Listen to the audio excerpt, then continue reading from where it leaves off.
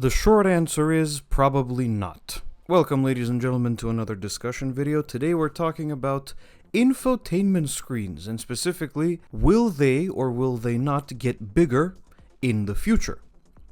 So as I already said at the very beginning, the answer is probably not. I think that infotainment screens in cars have reached something of a plateau in terms of sizes, and I don't think that automakers dare make them bigger than they are now, at least the ones that have an active presence in Europe. And I'm going to tell you why. There's a couple of good reasons why. First of all, there's the obvious reason, which is customer feedback. Time and time again, we see that the biggest complaint that people have with their new cars on places like JD Power, satisfaction surveys, and other places, is that the infotainment system is too big and too distracting, and there are not enough physical controls for other vehicle functionalities. And some of these automakers are actually listening to this quite carefully. Volkswagen has been telling us for quite a while that they are going to bring back all of the physical climate controls and other physical functions. They won't just rely on screens anymore. And I always find these comments from Volkswagen funny because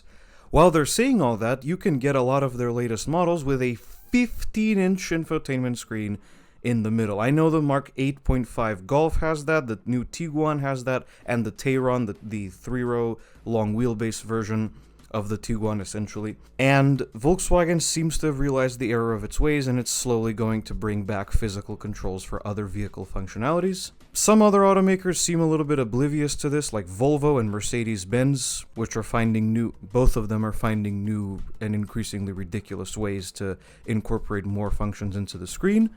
But I digress. Most automakers, and I think every automaker, if not after they've made the mistake, before making this mistake, have realized that making the infotainment screen bigger and incorporating even more functions and ridiculous animations and things that require more resources from the car are in no one's best interest. The only one that's puzzling me right now is Mazda, who recently they brought out the new CX-5, you might have seen, and they gave it a massive infotainment screen because apparently that's what the customers wanted. And I don't know where Mazda pulled that information from, because from my knowledge, one of the main reasons why people chose Mazda over everybody else is because Mazda took a more subtle and more user-friendly approach to infotainment and interior ergonomics. But okay, maybe they'll realize the error of their ways too. So I think that the first main reason why infotainment screens in cars are not going to get bigger is because of customer satisfaction. And if the customer's not satisfied, there's absolutely no point in selling them any type of car whatsoever. That's the first reason. The second reason is regulations. I think that a lot of automakers are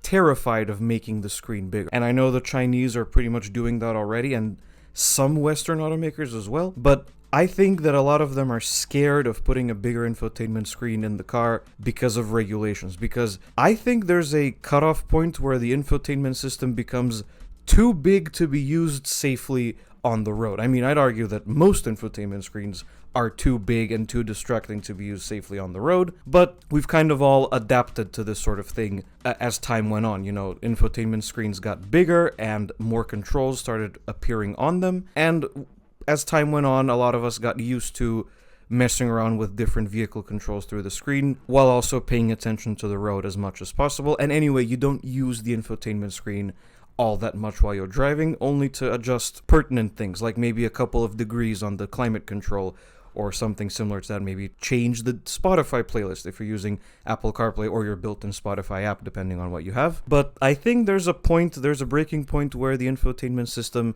gets too big to be used safely on the road. That hasn't stopped the Chinese, though, because the Chinese, I think they're in an arms race. Who can put in the biggest possible infotainment system in the car? I mentioned this before, and I'm going to mention it again. You might have seen the Lynk & Co 900, and it's, not even kidding, 30-inch infotainment screen in the middle. 30 inches is very close to a television that I had in my room just a decade ago. A television, and now it's in a car.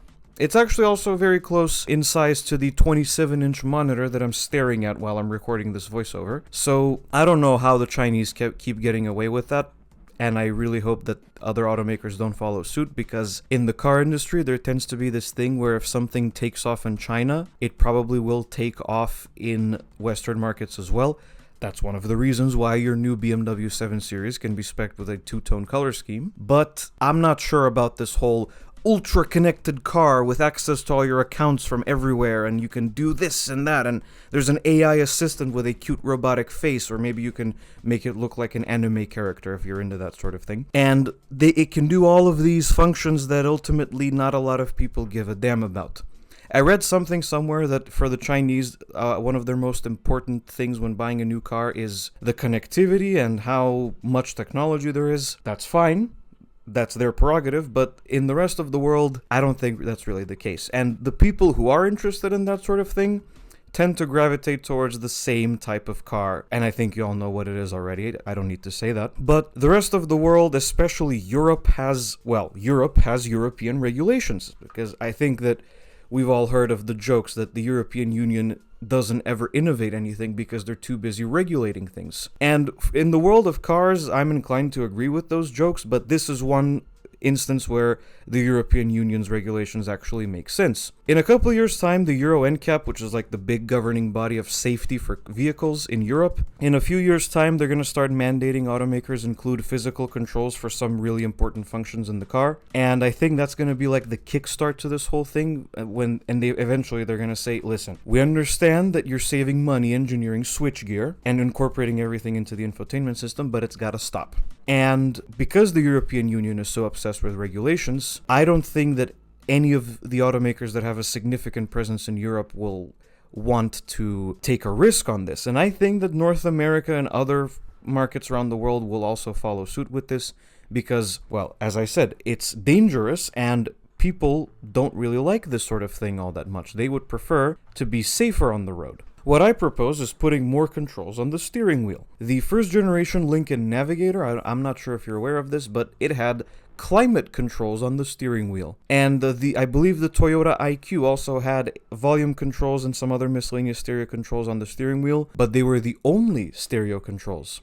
Admittedly, they shouldn't be the only ones, but incorporating multiple controls on the steering wheel for the driver is a good idea because it's fine if the passenger has to dive into the infotainment system because they're not driving, but for the driver to have several of the most important climate and volume and other similar controls on the steering wheel, I think makes a whole lot of sense. But going back to my original point, I think that everybody's worries can be put to rest, and I think that the auto industry has reached a little bit of a plateau in terms of shoving as many functions as they can into big infotainment screens. And past this point, I don't think that infotainment screens are going to get much bigger than this. Currently, the largest ones are like 15 to 16 inches. I don't think they're going to get much bigger than that. And if anything, they could become a little bit smaller. It just depends on the route that these automakers decide to take and the regulations and that kind of thing, driver satisfaction surveys and so on. And frankly, some automakers have already realized that this is the right way to go. For example, Hyundai. All of Hyundai's most recent cars, they don't have massive infotainment screens.